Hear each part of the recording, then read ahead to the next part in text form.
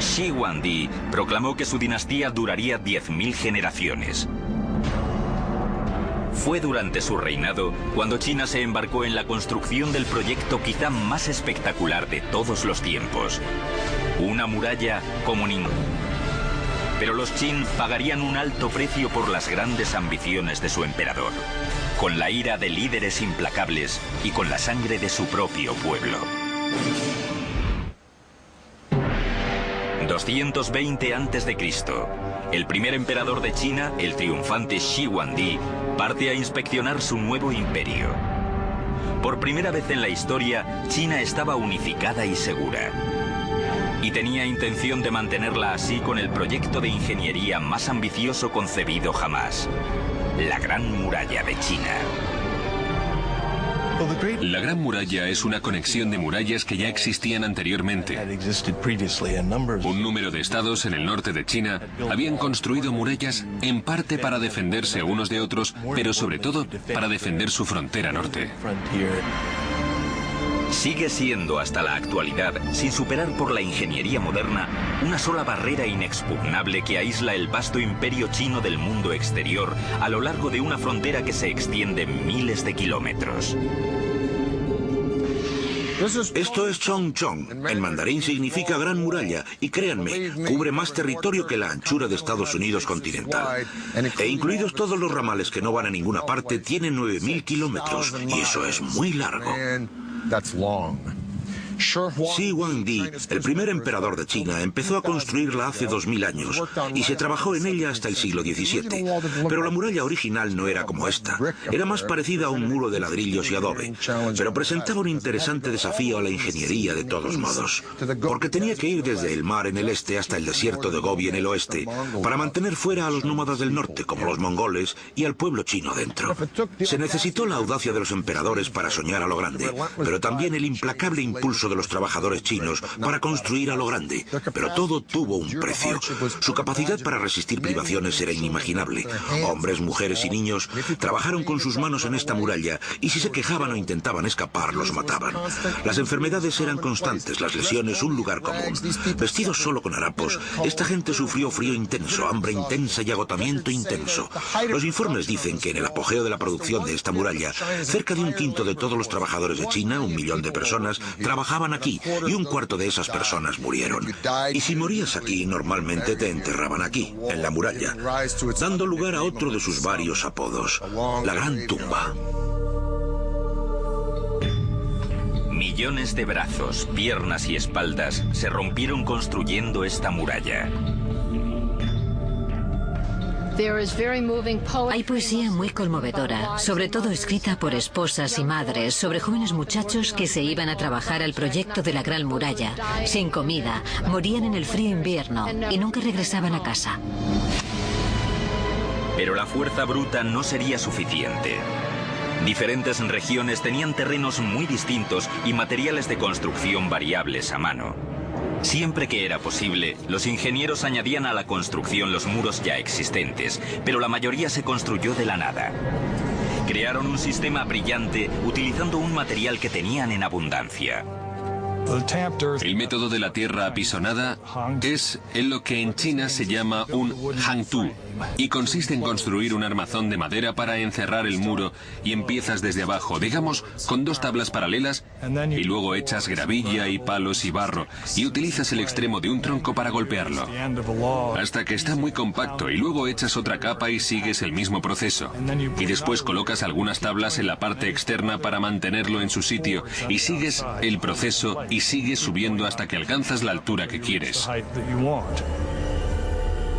Cuando estaba seco, se sacaba el armazón dejando un bloque sólido de tierra apisonada reforzado por las cañas de pita como las barras de acero que refuerzan el cemento moderno. El lado meridional, de cara a China, estaba defendido por un simple parapeto, mientras que el lado norte, de cara a los bárbaros, estaba almenado. Había una torre de guardia cada 700 o 1000 metros.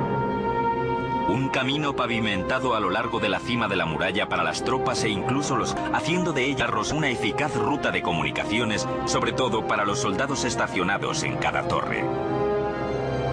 Pero como obra de ingeniería militar, la muralla solo tuvo éxito en parte. Una muralla existe para que la defiendan, pero a largo plazo la muralla no era muy defendible.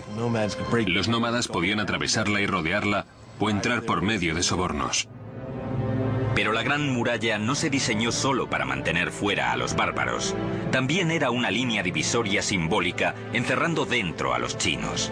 La Gran Muralla, en cierto sentido, es una marca cultural tanto como una fortificación militar. Es un modo de decir, los chinos a los nómadas, vosotros quedaos ahí fuera, criad caballos y ovejas y nosotros nos quedaremos dentro plantando cereales. En el 210 a.C., la Gran Muralla se había extendido más de 5.000 kilómetros, dejando una marca indeleble en el accidentado terreno de China. Pero el resentimiento se estaba convirtiendo en furia contra Shi Huangdi.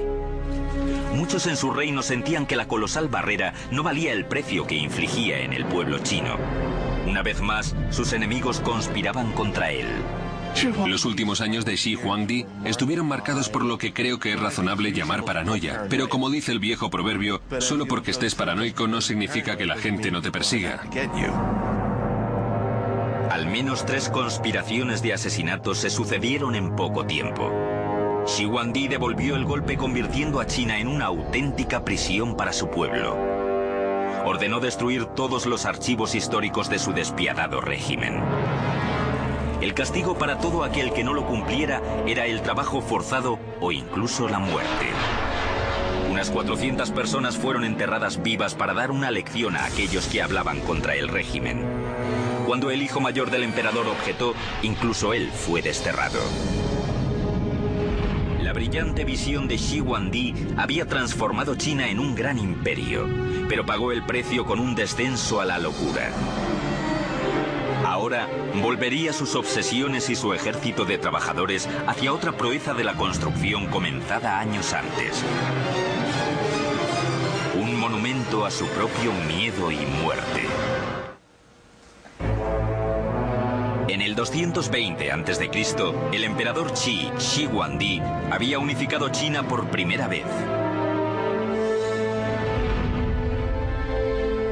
En la frontera norte, millones estaban esforzándose y muriendo poniendo los cimientos del triunfo de la ingeniería característico de China, la Gran Muralla de 5.000 kilómetros de longitud. Pero el primer emperador no había acabado. Incluso mientras luchaba contra otros reinos chinos y sus propios demonios, Shi Huangdi es cerca de la capital, en China central, para construir el más personal de todos sus proyectos de ingeniería. Una tumba épica que había comenzado a planificar a la edad de 13 años. Era un proyecto monumental que requería el trabajo de miles y miles de personas durante mucho tiempo. Por su diseño era la tumba mayor y mejor que China había conocido. En 1974, unos granjeros excavando un pozo se encontraron cara a cara con un antiguo guerrero chino. El misterioso cráneo de terracota demostraría ser la puerta de entrada a uno de los grandes descubrimientos arqueológicos de todos los tiempos. El montículo es enorme. Siempre se supo que ese montículo era la tumba del primer emperador. Lo que fue una total sorpresa fue el ejército de guerreros de terracota, como a 1 kilómetro al este de la tumba que, al parecer, protegía el acceso a la misma tumba. Temporada tras temporada de excavaciones desde 1970 han dado como resultado más de 5 grandes fosos. Los rostros, ropajes y armaduras individualizados sugieren que cada uno de estos guerreros fue moldeado de un individuo vivo diferente. La precisión y el detalle de las esculturas, la cocción de la arcilla, no tienen parangón hoy en día. Estos guerreros son un logro colosal y algunos creen que el hallazgo arqueológico más grande del siglo XX. Pero son solo la punta del iceberg, porque este ejército fantasma solo servía como un destacamento de guardia para una proeza de la ingeniería tan fantástica como el mundo no había conocido, la opulenta tumba de Shi Huangdi.